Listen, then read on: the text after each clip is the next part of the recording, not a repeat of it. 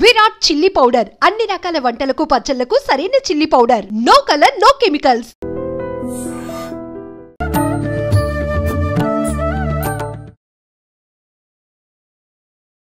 Welcome to I Dream. ధర్మ మార్గం with Vijitha కార్యక్రమానికి స్వాగతం. ప్రస్తుతం మనతో పాటు ఉన్నారు శ్రీ విద్యా ఉపాసకులు సుధీర్ శర్మ కొరిడే. ఇప్పుడు వారితో మాట్లాడి వారాహి అమ్మవారి గురించిన సమాచారం అంతా కూడా తెలుసుకునే ప్రయత్నం చేద్దాం. నమస్కారం అండి.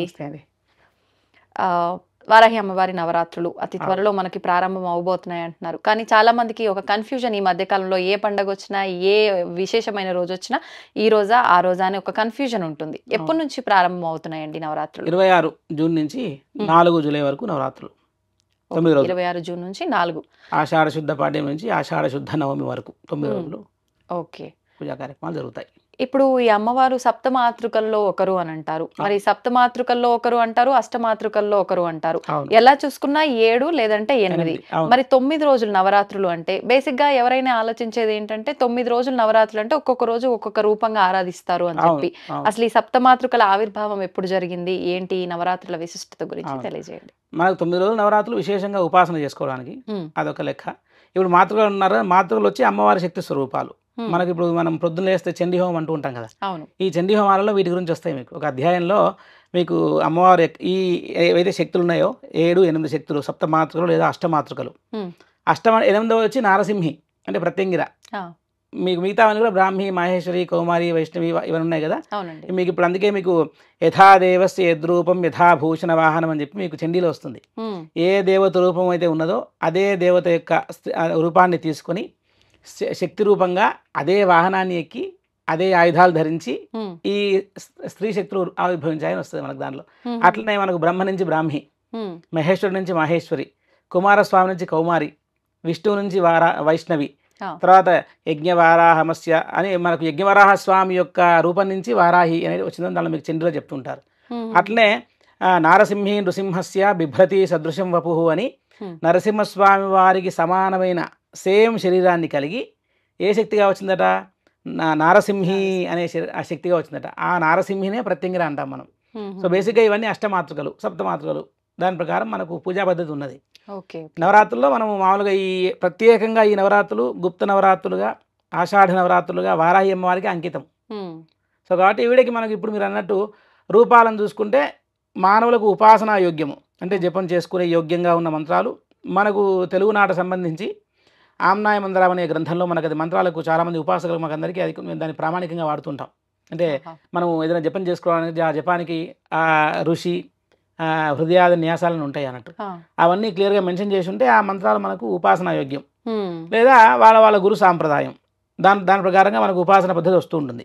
దాంట్లో మనకు ఈ వారాహి రూపాలు బృహద్వారాహి అని, లఘువారాహి, ఉన్మత్త వారాహి, కిరాత వారాహి, స్వప్న వారాహి, మహిష వారాహి అని మనకు 8 రకాల వారాహి మంత్రాలు ఉన్నాయి మనకు.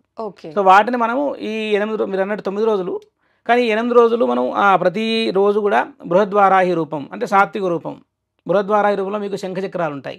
సో ఎందుకంటే ఇక్కడ యజ్ఞవారాహ మొదలం రూపం యా విభ్రతోహరే అని చెప్పి చండీలో చెప్తున్నట్టుగా యజ్ఞవరాహస్వామి విష్ణు రూపమే. ఆ యజ్ఞవరాహస్వామికి ప్రతిరూపంగా ఉన్నటువంటి ఈ అమ్మవారు వారాహిగా వచ్చింది కాబట్టి ఆవిడను అత్యంత సాత్విక దేవతగా పూజించి ఈ 9 రోజులు కూడా మనకు అంటే రూపాలు చూపించడం కష్టం, అంత వరాహముఖమే. వాళ్ళకి ఆయుధాలు అవి మారుతూ ఉంటాయి ఒక్కొక్క దేవత ప్రత్యేకతను బట్టి. మనకి ఇప్పుడు మనకు అష్టభుజాలతో ఉంది బృహద్వారాహి, 8 భుజాలు ఉంటాయి.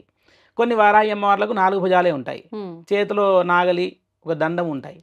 సో కాబట్టి ఈ 9 రోజులు మనము బృహద్వారాహిని ప్రత్యేకంగా పూజ చేసుకోవచ్చు. లేదంటే వేరే ఇప్పుడు 8 రకాల వారాహి అమ్మవార్లకి 8 అష్టోత్తరాలు ఉన్నాయి, వాటిని చదువుకుంటూ కూడా ప్రతిరోజు మనం పూజ చేసుకోవచ్చు. ఓకే. ఇప్పుడు ప్రత్యేకించి అంటే ఈ అమ్మవారి రూపాలు కానివ్వండి, అమ్మవారి ఆరాధన గురించి ఎక్కడ ఉంది అంటే ఈ మధ్య కాలంలో మీరు కూడా వినే ఉంటారు, అసలు అమ్మవారు ఏదో కొత్తగా ఒక మనిషిగా ఫేమ్ వచ్చి బయటకు వచ్చినట్టు అమ్మవారి గురించి కూడా అలా సడన్ గా తెలియటము, పూజలు విధానాల గురించి చెప్పటం వల్ల అసలు ఎక్కడ లేదేమో శాస్త్రాల్లో కొత్తగా పుట్టుకొచ్చిన దేవత గురించి అలా మాట్లాడుతున్నారేమో అనే ఆలోచన వస్తుంది. ఎక్కడ ఉంది అమ్మవారి గురించి కానీ? మనకు చాలా క్లియర్ గా అసలు బ్రహ్మాండ పురాణంలో లలితోపాఖ్యానం అనేటువంటి ఆ ఘట్టంలో మనకు లలితా అమ్మవారికి మంత్రినాథ, దండనాథ, వారాహి అమ్మవారిని దండనాథ అంటారు. ఇప్పుడు సంగీతపరంగా చూసుకుంటే ముత్తుస్వామి దీక్షితుల వారు దండనాథయ రక్షితోమని కీర్తన కూడా రాసింది ఆయన. సో మనకు మంత్రశాస్త్రంలో ఈ అమ్మవారికి చాలా పెద్ద పీఠ. కాకుండా ఏంటంటే ఆ మంత్రశాస్త్రానికి సంబంధించి ఆ మనిషికి జ్ఞానం ఉంటే కానీ మాట్లాడతాడు, లేకుంటే మాట్లాడాడు. ఉపాసనా పరంగా శ్రీ విద్యా ఉపాసన కలిగి ఉండి ఇప్పుడు లలితా అమ్మవారికి ఎట్లా అయితే శ్రీచక్రార్చన విధానం ఉన్నదో ఈ వారాహి అమ్మవారికి కూడా వార్తాళి సపర్యా పద్ధతి దండినీ క్రమం అనే అర్చనా విధానం ఉంది. లలితా అమ్మవారికి ఎంత విశేషంగా శ్రీచక్రార్చన ఉందో అంతకంటే ఎక్కువ దేవీ దేవతల సమూహంతో ఈ పరివారం ఇంకా నిండిపోయింది. లలిత వారాహి అమ్మవారు కూడా వారాహి మేరు ఉంటుంది. ఇదేమి మామూలు దేవత కాదు, శ్రీచక్రం ప్రత్యేకంగా. అందుకే ఈ దేవతలకు అన్నిటికీ కూడా మానవులకు ఉపయోగమైనవే, అన్నీ కూడా మానవుల యొక్క కళ్యాణం కోసమే. ఏ దేవతను ఏ మనిషి పూజించినా ఆ దేవత వాడికి ఆశీర్వదించి వాడి యొక్క ఉన్నతిని కలుగజేస్తుంది. వాడికి మనం ఎక్కడ వినము ఈ ఫలానా వ్యక్తి ఈ ఫలానా దేవతను బాగా పూజించాడండి అందుకోసం ఆ దేవత కోపానికి వచ్చిందండి అని వింటాం. ఎక్కడ ఏ మానవుడు ఏ దేవతను పూజించి నష్టపోయింది లేదు. కాకుంటే ఒక వ్యక్తి గైడెన్స్తో ముందుకెళ్ళాలి. మీరు అన్నట్టు ఇప్పుడు ఇదేమో కొత్తగా వచ్చిన ఫ్యాబ్రికేటెడ్ గాడెస్ కాదు, ఎవరో క్రియేట్ చేస్తే తయారు చేసిన బొమ్మనో బాబానో గురువో కాదు. మనకు ఇప్పుడు దేవీ మహాత్మ్యంలో వారాహి గురించి ఉంది. దానిలో ఎంత మంచి శ్లోకం ఉంది తెలుసా? గృహీతోగ్ర మహాచక్రే దంష్టోద్ధృత వసుంధరే వరాహ రూపిణి శివే నారాయణి నమోస్తే అనే శ్లోకం ఉంది. అది అందరూ పొద్దునేసి చదువుకోవచ్చు. దానివల్ల అన్ని రకాల భూమి సమస్యలు పోతాయి. కానీ అంటే మనం మామూలుగా అమ్మవారి విషయానికి వస్తే ఆలయాలు ఎక్కడ పడితే అక్కడ ఉండవు. ఇదొకటి దృష్టిలో పెట్టుకుని ఏమంటున్నారంటే అమ్మవారు ఉగ్ర రూపము. కాశీలో మనకి అమ్మవారి గురించి మనం ఎక్కువగా వింటూ ఉంటాం. అక్కడ అమ్మవారిని డైరెక్ట్ వెళ్ళి దర్శించుకోవడానికి అవకాశం ఉండదు, సమయం కూడా కొంత పరిమితి మాత్రమే ఉంటుంది. మరి మిగతా అమ్మవార్లకు ఇలా ఉండదు అంటే నిజంగా ఈ అమ్మవారి ఆరాధన ఇదంతా అందరూ చేయకూడదేమో, ఉపాసన తీసుకున్న వాళ్ళు మాత్రమే చేయాలేమో, ఈ ధోరణి ఎక్కువైపోతుంది. వీటికి తగ్గట్టుగా ఇలా చూసేవి కూడా కొన్ని దానికి ఆధారంగా తీసుకోవాల్సి వస్తుంది. ఏం లేదు, ఇప్పుడు మీరు అన్నట్టు కాశీ ఒక్క విషయాన్ని తీసుకోవడం సరే. కాశీ అంటే అమ్మవారి క్షేత్రపాలిక అండి. కాశీ క్షేత్రాన్ని అమ్మవారు రక్షిస్తుంది. కాలభైరవుడు వారాహి వీళ్ళందరూ కూడా ఆ కాశీ నగరానికి వాళ్ళు ఆ మొత్తం దానికి వాళ్ళు రక్షణ కల్పిస్తూ ఉంటారు. ఒక కాశీ అనేటువంటి పుణ్యక్షేత్రంలో మాత్రమే మనకు వారాహికి సంబంధించి అట్లాంటి ఒక నియమం ఉంది. మీరు వేరే చోట్ల చాలా ఆలయాలు, తంజావూరుకి వెళ్తే అక్కడ బృహద్వారాహి ఉన్నది, విశేషమైన వారాహి. అక్కడ మామూలుగా ఎప్పుడు పొద్దున సాయంకాలం ఓపెన్ ఉంటుంది. మేము ఎన్నోసార్లు అక్కడ తంజావూరులో కచేరీలు వాయించాము. ఆషాఢ నవరాత్రుల్లో 2016లో కచేరీ వాయించాము మేము. వాళ్ళు అడిగితే అసలు వాళ్ళు లేదు ఎక్కడ కూడా వారాహి అనేటువంటి ఆలయానికి ఇట్లా ఈ రూల్స్ అన్ని చోట్ల కామన్గా ఉండదు. ఏ ప్రదేశానికి ఏ స్థలానికి ఏ క్షేత్రానికి ఉండే మహాత్మ్యం దానికి ఉంటుంది. కాబట్టి అక్కడ కాశీలో ఒక్కచోట అట్లాంటి నియమం పెట్టారు. ఎందుకంటే అమ్మవారు రాత్రి కాపలా కాసి వచ్చి కాశీ క్షేత్రాన్ని ఆవిడ వచ్చి విశ్రాంతి తీసుకుంటుందని ఒక నమ్మకం చేత అక్కడ అలాంటి అమ్మవారి ప్లస్ అత్యుగ్ర శక్తి అని అక్కడ పేరు అమ్మవారి. సో కాబట్టి అందరూ సాధారణ మనుషులు ఇప్పుడు ఎవరైతే ఎక్కువ జపతపాది అనుష్ఠాన శక్తులు లేని వారు ఏవైతే ఉంటారో వాళ్ళు కొంచెం అత్యంత ఎక్కువ శక్తిని భరించడం కొంచెం కష్టమనే ఉద్దేశంతో వాళ్ళకి అలా చెప్పడం తప్పితే కానీ దానికి ఏదో మనకు అమ్మవారు అట్లా ఉగ్రంగా ఉంది పూజించొద్దు అనే విషయం ఎక్కడా లేదు. పైగా వేరే ఇప్పుడు వేరే చోట్ల వారాహి ఆలయాలు కడుతున్నారు. ఇప్పుడు కుర్తాలం గురుగారు మహామంత్ర స్వరూపం ఆయన గురుగారు సిద్ధేశ్వరానంద భారతీ స్వామి వారు. వారి ద్వారా అసలు మానవులకి ఏంటంటే అసలు ఎంతో ఏదో అపోహలు ఉన్న అనేక రకాల మంత్రాలు ప్రతి మనిషి కూడా మీరు గురుగారు ఒకటే అంటారు, జపం చేసుకోండి, దేవతా అనుగ్రహం పొందండి. షార్ట్ కట్స్ లేవు దీనికి. ప్లస్ అర్చన ఆరాధన అందరూ చేసుకోవచ్చు అంటే అవును, పురోహితులు చెప్తే చేసుకోవాలి. ఎవరు వచ్చి వాళ్ళు పెట్టి చెప్తే అంటే అనుభవం లేని వాళ్ళు చెప్పడం వల్ల నష్టం జరుగుతుంది. అవును, ఇప్పుడు వారాహికి మీరు అన్నట్టు వారాహికి చాలా మంచి అర్చన విధానం ఉంది. నిత్యము చేసుకున్నట్టే షోడశ ఉపచార పూజలు, అష్టోత్తరము, ధూపదీప నైవేద్యాలు చాలు. ఇంకా దీనికి కన్ఫ్యూజ్ చేసేసుకొని అన్ని ఎక్కడెక్కడి మన తలలో పెట్టేసుకొని ఇది చేయాలి అది చేయాలి కాదు. భక్తిగా ఆమె నామాన్ని స్మరణ చేస్తూ ఆమె అష్టోత్తరం కానీ సింపుల్ పూజా పద్ధతి, షోడశ ఉపచార పూజలు 16 పూజలు 16 ఉపచారాలతో పూజలు ప్రతి ఒక్కరు చేసుకోవచ్చు. ఎక్కడ వారాహి అమ్మవారు ఉన్నా అక్కడికి వెళ్ళి అమ్మవారిని అసలు నిస్సందేహంగా దర్శనం చేసుకొని ఆవిడ ఆశీర్వాదాన్ని పొందొచ్చు. దీనిలో ఏమి అనుమానం అక్కర్లేదు. ఎందుకంటే బ్రహ్మాండ పురాణంలో అసలు ఆమె శక్తిని దేవతలు వర్ణిస్తూ దేవతలే ఆమె 12 నామాలను వాళ్ళు స్తోత్రం చేశారు. మీకు బ్రహ్మాండ పురాణం చదివితే లలితోపాఖ్యానంలో రాజశ్యామల ఒకవైపు ఆమె రథం మీద ముందుకు వెళ్తుంటుంది. తర్వాత దండనాథ వారాహి ఆమె రథం మీద ఆవిడ వాళ్ళిద్దరు విన్యాసం చేస్తూ ఉంటే ఆ 2 విన్యాసాల యొక్క కలయిక ఎంతో సుమనోహరంగా ఉండి ఆ ఇద్దరి దేవతా రథాల విన్యాసాన్ని చూసి శ్యామలామ్మవారినేమో 16 నామాలతో అర్చన చేశారు. ఎవరు స్తుతించారు దేవతలందరూ కూడా, అంటే వీళ్ళ పరాక్రమాన్ని చూసి. మరి వారాహి అమ్మవారేమో ఆమె తన యొక్క సైన్యంతో అనేక రకాల శక్తులతో అనేక రకాల వాహనాలతో కూడిన దేవతలతో ఆమె ఆ యుద్ధరంగంలో తన యొక్క రథాన్ని విన్యాసంగా ముందుకు తీసుకెళ్తూ ఉంటే ఈ పరాక్రమాన్ని చూసి దేవతలు 12 నామాలతో స్తుతించారు. మనం వాటి గురించి కూడా నేను చివరిలో మీకు చెప్తాను ఆ నామాలు ఏమిటని. ఇప్పుడు మామూలుగా మీరు చెప్పారంటే మా అందరికి తెలిసింది వారాహి అంటే వారాహి అమ్మవారు ఒక్కతే, కానీ ఆమె స్వరూపాలు ఉన్నాయని చెప్పారు ఇందాకే. మరి అంటే ఒక్కొక్క కామ్యం కోసం ఒక్కొక్క దేవతను ఆరాధించాలని చెప్పి అనుకుంటూ ఉంటాము. ఇప్పుడు ప్రత్యేకించి వారాహి అంటే ఉగ్ర రూపమేమో, లేదు అంటే ఈ కామ్యానికి ఈ రూపాన్ని ఆరాధించాలేమో, అలా ప్రత్యేకంగా పూజకి మనం ఆరాధించగలిగే అవకాశం ఉన్న రూపం ఏది అమ్మవారిది? వారాహి అమ్మవారు ఏ రూపైనా మనం ఆరాధించవచ్చు. ఎందుకంటే దేవతల ఉగ్ర రూపం అనే దానికి అర్థం ఎప్పుడైనా జనాలకి ఏంటంటే భయపెట్టేది అనేటువంటి ఒక అపోహను తీసుకొచ్చి పెట్టారు. ఉగ్రం అనే దానికి ఒక అర్థాన్ని మనం ఆపాదించుకోవచ్చు. ఇప్పుడు ఫర్ ఎగ్జాంపుల్ నరసింహస్వామి అంటే ఉగ్రం అని అందరికీ భయపెడతారు కదా. అంటే వాళ్ళకి ఏంటంటే సింహం అంటే ఉగ్రము, భయంకరమైన జంతువు అనేటువంటి ఆ జంతు లక్షణాన్ని దేవతేందు ఆపాదించుకొని ఎక్కడ ఏమైనా చేస్తారో అని భయపెడతారు. కానీ మీరు మరి నరసింహస్వామి వారి ధ్యాన శ్లోకం చూస్తే ఎంత బాగుంటుంది తెలుసా? సత్యజ్ఞాన సుఖస్వరూపమవలం క్షీరాబ్ధి మధ్యస్థితం అని ఉంటుంది. ఆయన ఎలా ఉన్నాడట? సుఖస్వరూపం, అమలం, అంటే ఎంతో సుఖంగా నిర్మలంగా ఆనందంగా ఉన్నాడు. కానీ ఉగ్రం ఎప్పుడు వస్తుంది మనుషుల కంటే, అమ్మవారి కంటే? తన యొక్క భక్తులు ఎప్పుడైతే కష్టపడుతున్నారో వాళ్ళ కష్టాలను చూస్తే ఆవిడ తట్టుకోలేదు, ఓర్చుకోలేదు. కాబట్టి ఉగ్రం అంటే తొందరగా రెస్పాండ్ అయ్యే లక్షణం కలిగి ఉండడం ఉగ్రం అండి. అంతేగాని దేవతలు మీరు వెళ్ళి ఏమైనా గుడికి దండం పెట్టుకుంటే ఆవిడ కోపంగా వెళ్ళి ఉందండి నేను దండం పెట్టుకోవద్దు ఇప్పుడు అని చెప్పి ఆవిడ శపిస్తాను భయపడతారా? అయ్యో, ఈ మధ్య కొంతమంది చెప్పడం కూడా విన్నామండి సోషల్ మీడియాలో, వారాహి అమ్మవారు ఉగ్రరూపం కాబట్టి ఆమెను ఎవరన్నా ఆరాధించిండ్రు అంటే వాళ్ళు కూడా ఉగ్రమైన ఆలోచనలు ఎక్కువ వస్తాయి వాళ్ళలో కూడా అని చెప్పి చెప్పడం మొదలు పెట్టారు. అది అంత బేస్లెస్ అండి. ఎంతో ఇప్పుడు అట్లంటే మీకు మహాసిద్ధులు కుర్తాలం గురుగారు పరమ కాళీ ఆయన అపరకాళీ స్వరూపులు. మరి కాళీ అంటే ఎంత ఉగ్రం తెలుసు అందరికి. మరి అసలు వారి వాత్సల్యము వారి ప్రేమ అంటే ఎందుకు వారి పేరు చెప్తున్నా అంటే ఒక ఎగ్జాంపుల్, ఒక మహనీయుని తెలుసుకోవడం ఒక ఎగ్జాంపుల్. ఇప్పుడు చాలామందికి చిన్న కారపొడి ఇంత వేస్తేనే కారం తట్టుకోలేరు. కొంతమంది చాలా కారం తిని కూడా వారు చాలా తట్టుకునే శక్తి ఉంటుంది. అంటే సింప్లిఫైగా చెప్తున్నా మీకు, సాధారణ మనుషులకు అర్థం కావడానికి. అట్లా ఎక్కడ కూడా ఇప్పుడు మరి శ్రీవిద్య ఉపాసనలో మాకు బగలాముఖి, తర్వాత ఈ వారాహి, కాలభైరవుడు, మిగతా చాలా దేవతల మంత్రాలు మాకు నిత్యానుష్ఠానంలో ఉంటాయి. అది చేస్తే మేము కూడా ఉగ్రంగా అయిపోవడం అట్లాంటిది ఉండదు. మనకేంటంటే దేవతా అనుగ్రహం కలిగి మనిషి జపం చేయగా చేయగా చేయగా ఇంకా బ్యాలెన్స్ అయిపోతాడు. అంటే ఒక సమాధి స్థితికి వచ్చేస్తాడు. అంటే క్వైట్గా కామ్గా అయిపోయి అన్నిటినీ ఒక కళ్ళు మూసుకొని కూర్చొని ఒక విశదీకరించి అనలైజ్ చేసే సిచ్యువేషన్కి వస్తాడు. అదంతా అంటే సాత్విక ఆహారం తింటూ ఏ దేవతనైనా సాత్వికంగా ఉపాసన చేసుకోవచ్చు. మనం ఏమీ ఫిజికల్గా అర్పణ చేయలేము, మనం ఏమీ అసలు పండ్లు పూలు ఏమీ తేలేము, మరి ఏమి లేని పరిస్థితి ఉన్నప్పుడు మరి వాళ్ళు అమ్మవారికి ఏమి ఇష్టం అంటే స్తోత్ర ప్రియ స్తుతిమతి అని లలితా సహస్రనామాలు అమ్మవారి గురించి చెప్తారు. ఆమెకు స్తోత్రం ప్రేమగా పిలిస్తే అమ్మ పలుకుతుంది అనేటువంటి విషయం మనం చాలా భక్తుల విషయాలలో చాలామంది ఎవరైతే అమ్మవారిని ప్రేమగా పిలిస్తే వాడు ధనవంతుడా పేదవాడా, భక్తి ఉందా లేదా కాదు, ప్రేమగా అమ్మ అని పిలిచారు, నామాన్ని స్మరించారు, అనుగ్రహం ఇస్తుంది. వేరే ఎట్లాంటి వాటికి తావు లేదు. కలికాలంలో ఏ దేవత అయినా సరే సమానమైన శక్తిని కలిగి మనుష్యుల యొక్క అన్ని కోరికలు తీర్చే లక్షణాన్ని కలిగి ఉంటారు. ఎక్కువ తక్కువ అనుకోవడం ఏంటంటే మనకు దసరా వస్తే మనం దుర్గామ్మవారినే ఆవిడే పరదేవత, ఆవిడే మహాశక్తి అని మనం పూజ చేస్తాం. ఎందుకంటే ఆవిడ మీద శ్రద్ధ కుదరడానికి. వారాహి వచ్చింది. వారాహి అంటే మనకు ఆషాఢ నవరాత్రులు ఇప్పుడు కొత్తగా వచ్చింది కాదు, ఎప్పటి నుంచో అనంతకాలం నుంచి ఉపాసకులు రహస్యంగా వాళ్ళ యొక్క ఉపాసన శక్తిని, ఉపాసన పద్ధతిని వారు ఇంకా బాగా మెరుగుపరుచుకోవడానికి, దేవి అనుగ్రహాన్ని పొందడానికి చేసే ఒక సాధన ఈ వారాహి నవరాత్రులు. ఇప్పుడు ఏంటంటే అమ్మవారు మరి దేవతలు వాళ్ళు ఇష్టం అండి, వాళ్ళు ఎప్పుడు ప్రకటన కావాలంటే అప్పుడే ప్రకటన అవుతారు. అంతే. మనకి తెలుగు నాట తక్కువ పరిచయం వారాహి. తమిళనాడు వెళ్ళండి, కర్ణాటక వెళ్ళండి, అక్కడ ఎక్కువగా పూజిస్తారు, బ్రహ్మాండంగా ఉంది వారాహి. వారాహి పద్ధతి, వారాహి అర్చన, వారాహి ఉపాసకులు. కేరళ వెళ్తే ఎంతో మంది వారాహి ఉపాసన చేసి తాంత్రికులు ఉన్నారు. అట్లా మనకు ఈ దేవతను ఏ రూపంలో ఉన్న దేవతనైనా సరే సంతోషంగా పూజ చేసుకోవచ్చు. ఓకే.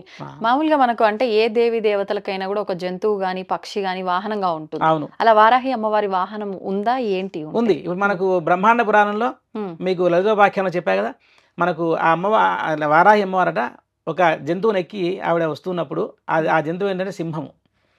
దాని పేరు వజ్రఘోషం. ఇప్పుడు అందరూ కింద మామూలుగా ఇన్స్టాగ్రామ్ లో కామెంట్స్ పెడుతుంటారు వజ్రఘోషం అని. అది ఏంటని చూస్తే అమ్మవారి యొక్క వాహనం పేరు వజ్రఘోషం. ఈ ప్రత్యేకమైన దేవత సింహవారాహి, సింహం మీద కూర్చున్న వారాహి. అపరాజిత అంటే సింహం అనేనా? వజ్రఘోషం అంటే మీకు ఇంకా భూమి ఆకాశం దద్దరిల్లిపోయేంత శబ్దం, గర్జించేటువంటి శక్తి గలది అని అర్థం. వజ్రఘోషం అంటే పిడుగుపాటు శబ్దం అర్థం చేసుకోండి. వజ్రఘోషం అంటే పిడుగును వజ్రం అని కూడా అంటారు. సో మనకు అది పిడుగు పడితే ఎంత సౌండ్ వస్తుంది. అట్లా సింహ గర్జనతో భూమి ఆకాశం దద్దరిల్లిపోతాయట. అట్లాంటి సింహాన్ని ఎక్కి అమ్మవారు కవాత చేస్తుంది. దాని పేరే వజ్రఘోషం సింహవారాహికి. మిగతా మీకు మంత్ర భాగాలలో మహిష వారాహి అని ఉంది, కుక్కుట వారాహి అని ఉన్నది. సో ఇట్లా కొన్ని రూపాలకి ప్రత్యేకమైన మహిష వారాహి దున్నపోతు మీద ఎక్కి వచ్చే అమ్మవారుగా ఆవిడ ప్రసిద్ధి ఉన్నది. సింహం వచ్చి సింహవారాహి, బృహద్వారాహికి సింహం అనేటువంటిది ఆవిడ వాహనం. ఓకే, మీరు ఇందాక అన్నారు నేను ఆఖరిలో చెప్తాను అని చెప్పి, మంత్రం గాని నామం గాని ప్రత్యేకించి ఏ ఆరాధన చేసినా అది ఇంపార్టెంట్ ఖచ్చితంగా. ఈ అమ్మవారికి ప్రత్యేకించి ఏ మంత్రంతో ఆరాధించవచ్చు అంటారు? అమ్మవారికి బ్రహ్మాండ పురాణంలో లలితోపాఖ్యానంలో దేవీ దేవతలు ఈమె పరాక్రమాన్ని చూసి 12 నామాలు అంటే 12 నామాలు ఇచ్చారు. ఆ 12 నామాలు చెప్తారు చూడండి. ఎవరు ఇప్పుడు ప్రతిరోజు చాలాసేపు అష్టోత్తరం చేసుకోలేని వాళ్ళు, కొంచెం నోరు తిరక్క కరెక్ట్గా మామూలుగా సరిగ్గా ఉచ్చారణ చేయలేకపోయే శక్తి ఇబ్బంది ఉన్న వాళ్ళు వీటిని ఏ ఒక్క నామానైనా సరే 108 టైమ్స్ 108 సార్లు జపం చేసుకుంటే బ్రహ్మాండం చాలు. 12 చెప్పగలిగిన వాళ్ళు 12 చెప్పుకుంటే బెటరా? చాలు. 12 చెప్పగలిగిన వాళ్ళు 12 నామాలని 12 × 9 సార్లు చెప్తే 108 పేర్లు అయిపోతాయి. అట్లా కూడా చెప్పుకోవచ్చు. అంటే ఒక సులువు కోసం చెప్పడమే. లేదంటే అష్టోత్తర వారాహి అష్టోత్తరం ప్రత్యేకంగా ఉంది, వారాహి సహస్రనామం ఉంది, వారాహి కవచం ఉంది, వారాహి స్తోత్రం ఉంది, అన్నీ ఉన్నాయి. అంటే ఈ దేవతకు ఎంతో ఉపాసన మార్గం, ఎంతో ఉపాసన పద్ధతి ఉంటే తప్ప కానీ ఇవన్నీ ఉండవు. ఏదో నిన్నగాక మొన్న వచ్చిందంటే కాదు. వారాహికి అసలు ఎంత విశేషమైన ఆవరణార్చన, ఒక్కొక్క ఆవరణం ఒక్కొక్క లేయర్కి ఒక్కొక్క తంతుకి ఆమెకు విశేషమైన అర్చనా పద్ధతి ఉన్నది వారాహికి చాలా. ఇప్పుడు ఆ 12 నామాలు చూద్దాం మనం. ఫస్ట్ మొట్టమొదటి పేరు అమ్మవారి పేరు పంచమి. పంచమి తిథి పేరు కదా ఇది, కానీ మీకు సప్తమాతృకల్లో 5వది కాబట్టి పంచమి. ఓకే. తర్వాత ఇంకొకటి అనుకోవచ్చు, పంచమి అంటే పంచభూతాలకి అధిపతి కాబట్టి పంచమి అని కూడా అనుకోవచ్చు. పంచమి అని పేరు ఉంది కాబట్టి మరి ఏం చేసుకోవచ్చు చెప్పంటే పంచమ్యై నమః అని చేసుకోవచ్చు. రెండవది వచ్చి దండనాథ, అంటే యుద్ధ సైన్యాధ్యక్షురాలు, దండాన్ని చేతిలో పట్టుకొని ఆ సైన్యాన్ని అంతా కూడా కమాండ్ చేసి ఆమె కంట్రోల్ చేసేటువంటి సామర్థ్యాన్ని కలది. దండనాథ అంటే క్రమశిక్షణలో పెట్టేటువంటి లక్షణం కలది అనుకోండి. స్కూల్ టీచర్ చేతిలో కర్ర పట్టుకుంటారు, అట్లనే అనుకోవచ్చు. దండనాథాయై నమః అనుకోవచ్చు. ఇది రెండవ పేరు. మూడవ పేరు వచ్చేసి సంకేతాయై నమః. నాలుగవది సమయేశ్వర్యై నమః. ఐదవ పేరు సమయ సంకేతాయై నమః. ఆరవ పేరు వారాహ్యై నమః. ఏడవ పేరు పోత్రిణ్యై నమః. పోత్రి అంటే అడవి పంది అని అర్థం, నిఘంటు అర్థం. సో పోత్రిని అంటే అడవి పంది లాంటి ముఖాన్ని కలది అని అర్థం. పోత్రిణ్యై నమః అని చేసుకోవచ్చు. తర్వాత శివ అంటే పుల్లింగం, శివుడు అర్థం. శివ అంటే స్త్రీలింగం, అంటే పరమేశ్వరుడికి సంబంధించినది లేదా శక్తి అని అర్థం. శివ అంటే ఇంకొక అర్థం కూడా ఉంది సౌందర్యలో. శివాకారే మంచి అని వస్తుంది ఒక చోట శ్లోకంలో. శివాకారం అంటే త్రికోణము, ట్రయాంగిల్ ని శివాకారం అన్నారు. అది శక్తి స్వరూపం, అమ్మవారి స్వరూపంగా శక్తి స్వరూపంగా తీసుకోవచ్చు. శివాయై నమః. తర్వాత వార్తాళ్యై నమః. వార్తాళి అనేది కూడా అమ్మవారికి ఇంకొక పేరు. తర్వాత మహాసేనాయై నమః. తర్వాత ఆజ్ఞాచక్రేశ్వర్యై నమః. తర్వాత అరిఘ్నై నమః. అరిఘ్నియై నమః. అరి అంటే శత్రువు, ఘ్న అంటే సంపునది, శత్రువుని హతమార్చినది అంటే అరిఘ్ని అని అర్థం. సో ఈ 12 నామాలు ఏ ఒక్క నామం వాళ్ళకి ఈజీగా ఉన్నా సరే ఓం పంచమ్యై నమః అని జపం చేసుకోవచ్చు. లేదు ఇంక కొంచెం మాకు ఇంకా చిన్న అడ్వాన్స్డ్ వెర్షన్ కావాలి అంటే లలిత మన వారాహి సహస్రనామంలో ఉండే ఒక నామం ఉంది, ఓం ఐం గ్లౌం వారాహ్యై నమః. ఈ నామాన్ని ఐం గ్లౌం వారాహ్యై నమః అని చేసుకోవచ్చు. గ్లౌం అనేటువంటిది వారాహి బీజము. ఎట్లయితే చెట్టు విత్తనంలో మన విత్తనంలో చెట్టు దాగి ఉంటుందో అట్లా ఈ బీజం అంటే విత్తనం తెలుసు కదా, సీడ్ అంటే ఓం శ్రీం క్రీం ఇట్లా ఈ టైప్ లో అది బీజం. అవన్నీ బీజాలే. ఇప్పుడు శ్రీం హ్రీం క్లీం అన్ని కూడా బీజాక్షరాలే. దేవతా తత్వం దాంట్లో ఉంటుంది. ఇప్పుడు ఎంతో పెద్ద మర్రి చెట్టు ఇంత చిన్న గింజలో ఉంటుంది. మీరు దాన్ని కట్ చేసి చూపించండి అంటే మీకు కనిపిస్తుంది కదా. దాన్ని కొంచెం సాధన చేయాలి, మంచి మెటలు పాతాలి, అది మొలకెత్తాలి, దానికి నీళ్ళు వేయాలి, దాన్ని కాపాడితే అప్పుడు మహావృక్షం అవుతుంది. అట్లా అని చెప్పి కట్ చేసి చూస్తే ఏం కనిపిస్తుంది మీకు, అంటే ఒక ప్రాసెస్, అది వృధా అంతే. కాబట్టి ఈ దేవత వారాహి బీజం కూడా గ్లౌమ్ అనేది బీజం. ఈ గ్లౌమ్ అనే మంత్రాన్ని మనం ఎప్పుడూ కూడా కంటిన్యూస్ గా మనసులో అనుకుంటూ ఉన్నా కానీ మీకు అమ్మవారి యొక్క అనుగ్రహం కలుగుతుంది. ఓన్లీ గ్లౌమ్ చాలు, గ్లౌమ్ దాన్ని కరెక్ట్ గా పలకాలి. అదే ప్రాబ్లం, ఎందుకంటే అందరు చేసుకోవచ్చు, ఎవరికి ఏమి అడ్డు ఆపేం లేదు. కాకుంటే ఒక ప్రాపర్ గైడెన్స్ తో ఎక్కడ శ్లోకాన్ని కానీ స్తోత్రాన్ని కానీ ఎక్కడ ఆపాలి, ఎక్కడ ఆ పదాన్ని విడగొట్టాలి, ఎక్కడ కలపాలి తెలుసుకోవాలి. కానీ ఇప్పుడు బీజాక్షర మంత్రం గనక మనకు చేరింది అని అంటే ఖచ్చితంగా గురువు ద్వారానే తీసుకోవాలి కదా. ఇప్పుడు ఇది చేయాలంటే గురువు ద్వారా మామూలుగా నామాల్లో ఒకటి ఓం ఐం హ్రీం శ్రీం శ్రీమాత్రే నమః అన్నట్టుగానే ఇది మామూలుగా ఓం ఐం గ్లోం వారాహి నమః అని అన్ని నామాలకు కూడా కలిపి చెప్తూ ఉంటారు. ఈ ఐం గ్లోం అనేటువంటిది ఈ ప్రిఫిక్స్, ఈ ముందు ఏవైతే బీజాక్షరాలు ఉన్నాయో మనకు వారాహి సహస్రనామాల్లో అన్ని నామాలకు ముందుగా కలిపి చెప్పుకోవచ్చు. దీనికి ఏమి ఇబ్బంది లేదు, చేసుకోవచ్చు. ఓకే, ఇప్పుడు ఇది పర్టికులర్ గా ఈ వారాహి నవరాత్రులు 9 రోజులే చేసుకోవాలా, లేదు అంటే నిత్యం కూడా చేసుకోవచ్చు అంటే? ఏ దేవత అయినా సరే నిత్య ఉపాస్య దేవతలు వీళ్ళందరూ కూడా పొద్దున్న లేస్తే ఏదో ఇది ఎండాకాలం వానకాలం లాగా కాదు. మనకు మానవుడు తన యొక్క ఉన్నతి కోసం, తన వెల్ఫేర్ కోసం చేయగలిగే ఒకటి పూజ. ఓకే, అది చేయనాడు మనం ఆలోచన చేయాల్సి వస్తుంది. చేసిన నాడు మనకు ఎంతో పెద్ద కష్టం కూడా ఇంత చిన్నదాంతో వెళ్ళిపోతుంది. కాబట్టి ఏ దేవత అయినా సరేనండి ప్రతి నిత్యము ఉపాసన చేసుకోవచ్చు, ప్రతిరోజు అనుష్ఠానం చేసుకోవచ్చు. దానికి ఏమి నియమం లేదు. పొద్దున స్నానం చేసి పూజ చేసుకుని బయటికి వెళ్ళిపోయారంటే ఇంకా తర్వాత మీ లైఫ్ స్టైల్ మీదే. అన్ని మిక్స్ చేసుకోవద్దు. ఇది తినొచ్చా, అది తాగొచ్చా, ఇది చేయొచ్చా, అది చేయొచ్చా. ఫస్ట్ పొద్దున్నలోగానే స్నానం చేసి శుభ్రంగా ఉన్నప్పుడే పూజ చేసుకుని బయటికి వెళ్ళిపోవడమే. అక్కడ నీకు స్వామివారి దగ్గర అటెండెన్స్ పడ్డది చాలు. ఇంకా తర్వాత ఆ రోజంతా దీనికే లింకప్ చేసుకొని నేను ఇది చేస్తే అదవుతుందా, అది చేస్తే వారి నిత్యము చేసేటువంటి లైఫ్ స్టైల్ వాళ్ళ దాంతో ముందుకెళ్ళిపోవడమే. అన్ని కలుపుకొని కన్ఫ్యూజ్ కావద్దు. ఓకే, అయితే ఇప్పుడు ప్రస్తుతం అంటే ఉన్న పరిస్థితుల్లో ఒకరు భక్తితో ఆరాధిస్తారు, అది ఉపాసన అయినా ఆరాధన అయినా. కొంతమంది ఇష్టంతో చేస్తారు భగవంతుడి పైన, కొంతమంది కామ్యం కోసం చేసే వాళ్ళే ఎక్కువగా ఉంటారు. ఇప్పుడు మీరు చెప్పిన ఈ నామాల్లో అంటే ఏది చేసినా అన్నిటికీ వర్తిస్తుంది అన్నారు. ప్రత్యేకించి పలానా గృహమే అనుకోండి నాకు ఈ నామం చేస్తే అవుతుంది, అట్లాంటి పర్టికులర్ గా కూడా ఏమైనా నామం తీసుకొని చేసుకునే అవకాశం? అమ్మవారి అష్టలక్ష్మి స్వరూపిణి, అష్ట దారిద్ర్య నాశిని, ఇష్టకామ్య ప్రదాయిని వారాహి నమోస్తుతే. ఇంకా మీకు అష్టలక్ష్మి స్వరూపిణి అని చెప్పినప్పుడు అమ్మవారు మీరు అన్నట్టు కామ్యం అంటే కోరిక, అంతే. మంచి కోరికను కామ్యం అంటారు. దానికి అర్థము మామూలుగా ప్రాపర్ ఒక డిక్షనరీ మీనింగ్ వచ్చి కామ్యకర్మ అంటే ఏదో కావాలి అని చేసేది, అంతే. ఇప్పుడు నా మనోవాంఛ తీరింది అంటారు, అంటే నా కోరిక తీరింది. కోరిక అంటే ఏంటి? నాకు ఏదో ఇల్లు కట్టుకోవాలి, కారు కొనుక్కోవాలి, మంచి ఉద్యోగం కావాలి. ఇవన్నీ మనిషికి ఉండేటువంటి కామ్యాలు, అంటే కోరికలు. ఇప్పుడు మీరు అన్నట్టు ఈ దేవతకి మీరు ఏ కామ్యము, ఏ అభీష్టము సిద్ధించాలన్నా కూడా ఈ దేవతను పూజించవచ్చు. ఇంతకుముందు అనుకున్నట్టు ఈ అమ్మవారు ఓన్లీ ఇల్లు మాత్రమే ఇస్తుందండి, ఇంక వేరే చెప్పడానికి లేదు. బేసిక్ గా వారాహి అమ్మవారు అనగానే ప్రతి ఒక్కరిలో ఉండే ఆలోచన ల్యాండ్ కు సంబంధించిన ఏమైనా గొడవలు ఉన్నా, మనం ఏదైనా కొనుక్కోవాలన్నా, ఇల్లు కొనుక్కోవాలన్నా ఈ భూ సంబంధితమైన వాటికి మాత్రమే వారాహిని పూజిస్తారు అని చెప్పి రియల్ ఎస్టేట్ వ్యాపారస్తులు, కన్స్ట్రక్షన్ ఇలాంటి వాళ్ళు ఎక్కువగా అమ్మవారి ఆరాధన చేయడం మొదలు పెట్టారు ఈ మధ్య కాలంలో. భూమి అసలు ఎవరికి భూమి వద్దు? అందరికీ పండాలంటే భూమి లేకుండా పంట ఎక్కడి నుంచి పండుతుంది? అంతే. మనకు పంటలు బాగా వండి, కరువు లేకుండా ఉండి, భూమి సస్యశ్యామలంగా ఉండాలంటే మరి భూవరాహస్వామి విగ్రహం కావాలి కదా. మరి తింటం లేకుంటే. అవును. కాబట్టి మరి అక్కడి నుంచే ప్రారంభం చేసుకుంటే మరి భూమి లేకుంటే అసలు ఏమున్నాయి? భూమి లేకుంటే మనకు వస్త్రాలు లేదు, బంగారం లేదు, ధాన్యం లేదు, ధనం లేదు, పెట్రోల్ లేదు, అసలు మనమే లేము. కాబట్టి భూమి అనేటువంటిది మనకు అందరికీ ఆధారం. ప్రతి ఒక్క మనిషికి కానీ జంతువుకి కానివ్వండి భూమి ఒక ఆధార స్థానం. అది లేకుండా ఏ మనిషి ఏం చేయలేడు. ఇల్లు కట్టినా, గుడి కట్టినా, చెరువులు తవ్వినా, నదులు అసలు భూమి లేకుండా.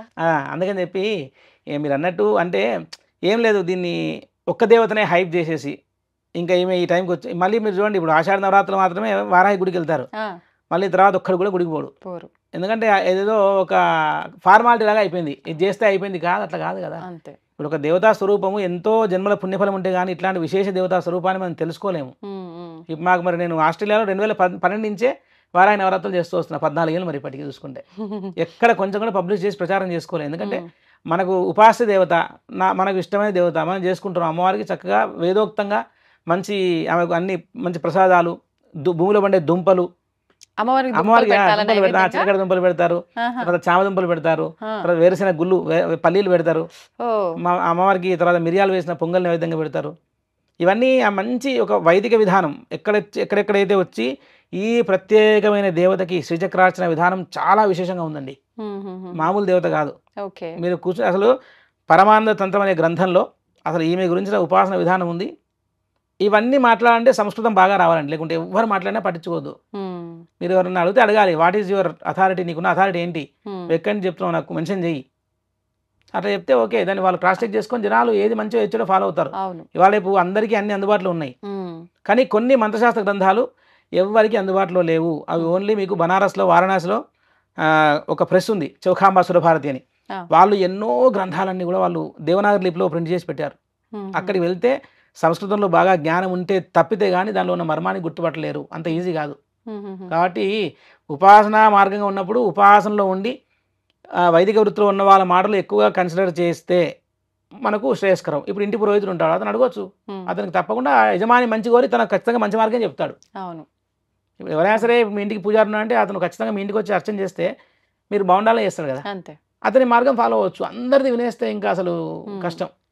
ఇప్పుడు ఈ వారాహి అమ్మవారి ఆరాధన ప్రత్యేకించి రాత్రి సమయంలోనే చేయాలంటున్నారు కదండి. ఏ దేవతకైనా వేదం ప్రకారం నక్తం చిరాహ దేవ, అన్ని దేవతలు రాత్రి తిరుగుతారంటుంది మరి. అంటే ఉపాసన పరంగా రాత్రిపూట చేస్తే మంచిదని మనకు చాలామంది అంటుంటారు గురువులు. కానీ మన మన ఉన్న అవకాశము, ఇప్పుడు చాలామంది వృత్తి ఉద్యోగాలు బిజీగా ఉంటారు, 9 to 5 జాబులు, పొద్దున సాయంకాలం ఎన్నో రకాల ఇష్యూస్ ఉంటాయండి. కాబట్టి ప్రాతకాలము, సూర్యాస్తమయము, సూర్యోదయము, రాత్రి అంటే అర్ధరాత్రి కూర్చుని చేయాల్సిన నియమం లేదు. కొన్ని సాధనలకు ఉన్నాయి, అర్ధరాత్రి చేసుకోవడానికి శ్మశాన లెవెల్ చేయమని చెప్పే సాధన ఉన్నాయి. కానీ కామన్ మ్యాన్కి అవన్నీ అవసరం లేదు, సాధారణంగా కూడా మనిషికి అవన్నీ అవసరం లేదు. ఈ అమ్మవారికి కూడా అలా చేసేవి ఉంటాయా? అంటే కొంతమంది తాంత్రికులు వామాచారం పాటించే వాళ్ళు కొంచెం వాళ్ళు వేరే విధంగా పూజ చేసుకుంటారు.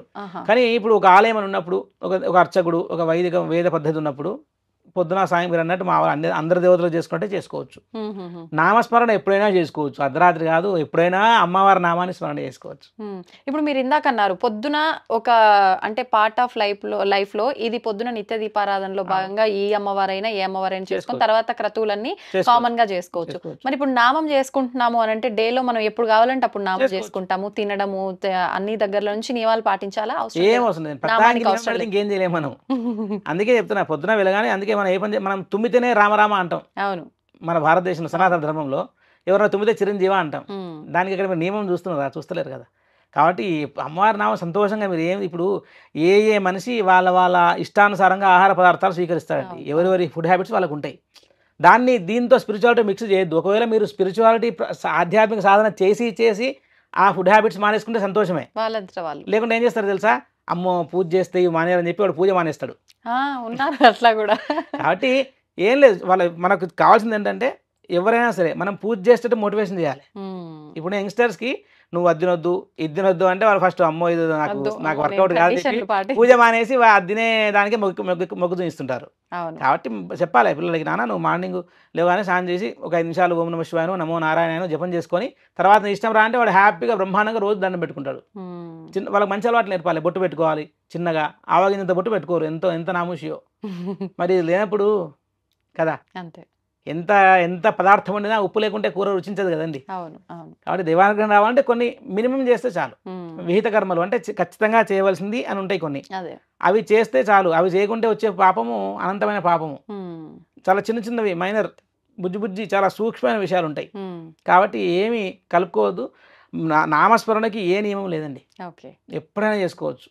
మనం తిన్నా పడుకున్నా లేచినా ఎలాంటి కాలకృత్యాలు తీసుకున్నా మనసుకి అశుద్ధమైనటువంటి లేదు, శరీరానికి అశుద్ధం ఉన్నది. శరీరం కొంచెం మనకి మలమూత్రాలతో ఉంటుంది కాబట్టి దానికి శుభ్రత అవసరం. మానసికంగా ఎలా వస్తుంది పరిశుభ్రత అంటే ఒక నామస్మరణ వల్ల, ఆలోచన చేయడం వల్ల, వేదాన్ని గురించి ఆలోచన చేయడం వల్ల. అట్లాంటి ప్రత్యేకంగా అదే టైంలో ప్రారంభం చేయొద్దు. అంటే నిత్యం ప్రాక్టీస్ చేసుకునే అనుభవం పెంచుకోవాలి. ఒక అభ్యాసం చేస్తే ఆ అభ్యాసం ప్రకారంగా ఈ సమయాలలో నా మైండ్లో తెలియకుండానే నాకు మా సబ్కాన్షియస్ మైండ్కి ఒక దేవత జపం నడుస్తూ ఉంటుంది. దాన్ని జప అంటారు.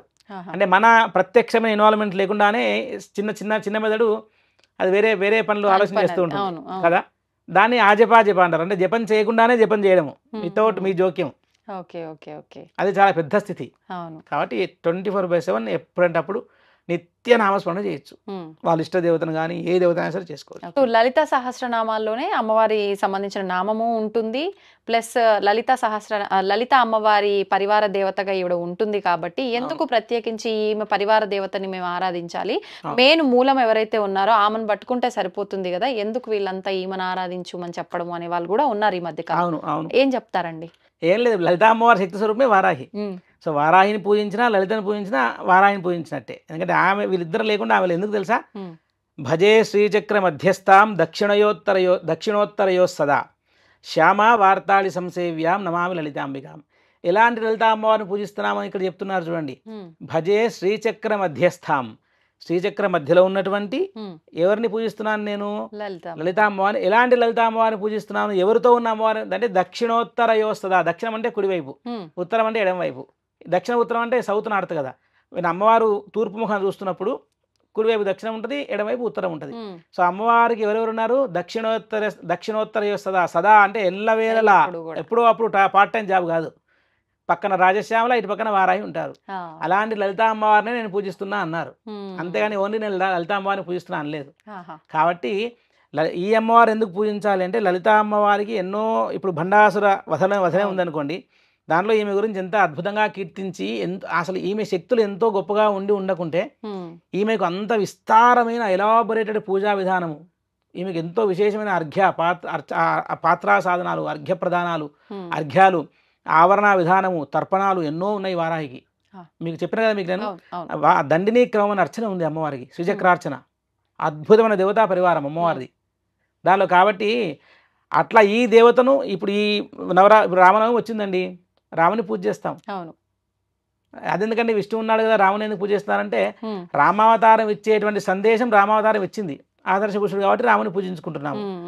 ఆయనే విష్ణు అవతారమే కదా.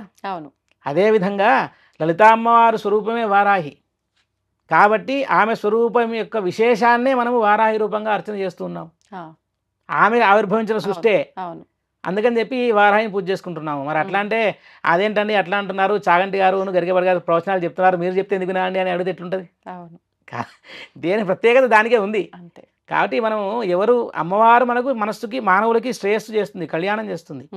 అలాంటప్పుడు ఆమెకి ఎంతో విశేషంగా పూర్వ ఋషులు వాళ్ళు వీళ్ళు ఈ దేవత గురించి ఎంతో విశేషంగా చెప్పినప్పుడు ఈమె గురించి పూజ చేస్తే వచ్చే నష్టం ఏం లేదు, బ్రహ్మాండంగా చేసుకోవచ్చు. విశేషంగా మనకు నచ్చింది మనం తప్పులు లేకుండా ఏదైనా చేసుకోవడంలో ఎలాంటి తప్పు లేదు, సందేహం కూడా లేదు అందులో. ఇంకా అసలు ఒక రకంగా అడిగితే అసలు మీ ఇంట్లో మీరే పూజారి, ఇంకా 100 మంది 100 రకాలు చెప్పేసి వాళ్ళకు ఉండేటువంటి అథెంటిసిటీ ఏంటి, అసలు అధికారంగా ఎక్కడి నుంచి చెప్తున్నారు ఇవాళ రేపు, అది ఇబ్బంది, కొంచెం అందరికి నమ్మడం కష్టంగా ఉండొచ్చేమో. కాబట్టి ఏంటంటే వాళ్ళకు మనం ఎట్లయితే మన పిల్లల్ని మనం పుస్తకం చదివి పెంచాం కదండి, మీకు పిల్లలు అంటే మీ పిల్లలు మీరు పెంచుతారు, మీ పద్ధతి ప్రకారం పెంచుకుంటూ వస్తారు, పిల్లలు బాగుండాలని చూస్తారు. అంతేగాని లేదండి పక్కింటి వాళ్ళ పెంచుతున్నారని చెప్పి వాళ్ళ పుస్తకం తీసుకొచ్చి సిలబస్ తీసుకొని పెంచారు కదా. అట్లనే మన ఇంటి దేవత కూడా మన పిల్లలాగే అనుకోవాలి. మరి అంటే ఈజీ చేయడానికి, సులువు చేయడానికి. కాబట్టి మీ ఇంట్లో మీరే పూజారి, ఏడాదికి ఒక రోజు మీ ఇంటికి బ్రాహ్మణుడు చర్చన పూజ చేస్తే మీరు అతను చెప్పిన పద్ధతి ప్రకారం చక్కగా చేసుకుంటారు. అంతేగాని అనుమానం అనేదే లేదండి. దేవత యందు విశ్వాసాన్ని కలిగి మంచి శుభ్రంగా శుద్ధమైన మనసుతో అర్చన చేసుకొని ఓ నామాలు చదవాలి అంటే వినండి. చాలామంది రికార్డ్ చేసి పెట్టారు. ఇప్పుడు బాంబే సిస్టర్స్ అద్భుతంగా ఉచ్చారణ దోషాలు లేకుండా ఎంతో మెటిక్యులస్గా చదివి పెట్టారు. అలాంటివి వింటూ చేసుకోవచ్చు. ఏం దోషం ఉంది? ఏం దోషం లేదు. వారాహి అమ్మవారి ఫోటో ఇంట్లో ఉంచొచ్చా? అద్భుతంగా ఉంచుకోవచ్చు, తప్పలేదు. ఏ దేవత ఫోటో ఉంచుకోవచ్చు. అంటే చాలా మంది అదే మనం ఇందాకనే అనుకున్నాం కదా, వద్దు ఉగ్ర రూపము అని, లేకపోతే అలా వద్దు అని చెప్పి లలిత అమ్మవారిని పెట్టుకుంటే ఇంకా పరివార దేవతలుగా ఉన్నారు కాబట్టి అమ్మవారి ఫోటోనే పెట్టాలి. లలిత అమ్మవారితో పాటుగా శ్యామలాని వారాహిని కలిసిన ఫోటో పెట్టుకోవాలి, ఉత్తమం, అద్భుతంగా ఉంటుంది. ఉత్తమం అంటే ఇంకా అసలు అది కదా త్రిశక్తి ఆత్మక 3 శక్తులు ఒక చోట. లలిత అమ్మవారి యొక్క శక్తులే వాళ్ళిద్దరు. ఇప్పుడు రాజశ్యామల అనే అమ్మవారు, ఆమె పేరు రాజమాతంగి అని పేరు ఆమెకి. ఆమెకు సంగీత నాయిక అని పేరు. ప్రత్యేకంగా విద్యార్థులు, చదువుకునే వాళ్ళు, ఆర్టిస్టులు, మ్యూజిషియన్స్ అందరూ కూడా ఇంకా ఆమెను ఎక్కువ పట్టుకోవాలి ఈమెకంటే అని అడిగితే. ఎందుకంటే ఆమెకు ఎక్కువ అట్లాంటి కళలు వాటి యందు ఆమె అనుగ్రహించే లక్షణం ఎక్కువ కలిగి ఉంటుంది. కాబట్టి అందుకే శ్యామ వార్తాలి, శ్యామల వారాహి కలిసిన లలిత అమ్మవారి ఫోటో ప్రతి ఒక్క మానవుడు ఇంట్లో ఏమీ సందేహం అనేదే లేకుండా పెట్టుకోవచ్చు. దానివల్ల ఎలాంటి నష్టం ఎవరికి జరగదు.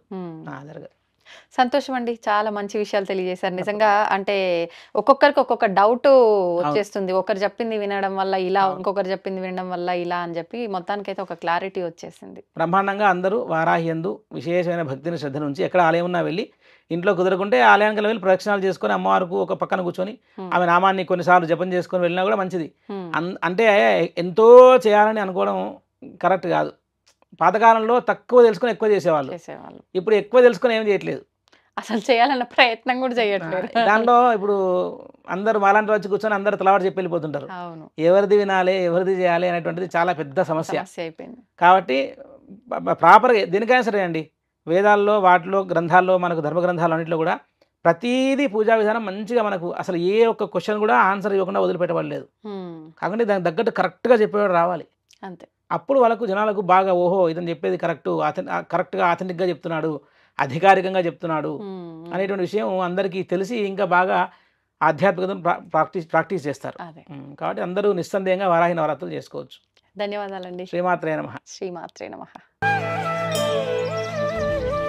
తవ్వండి, తవ్వుతూనే శివలింగం. సరే దాన్ని అట్లా కప్పేసేయండి, చూపించదండి. Krishna is there. మూర్తి పూజ కాదు, సాక్షాత్ బ్రజేంద్ర నందన భగవాన్ ఉన్నారు మూర్తిలో. ఏమీ ఆశించకుండా ఆరాధించే వాళ్ళు కూడా ఉన్నారా ప్రభుజీ? నిజమైన భక్తి అంటే మనకు తెలియదు కాబట్టి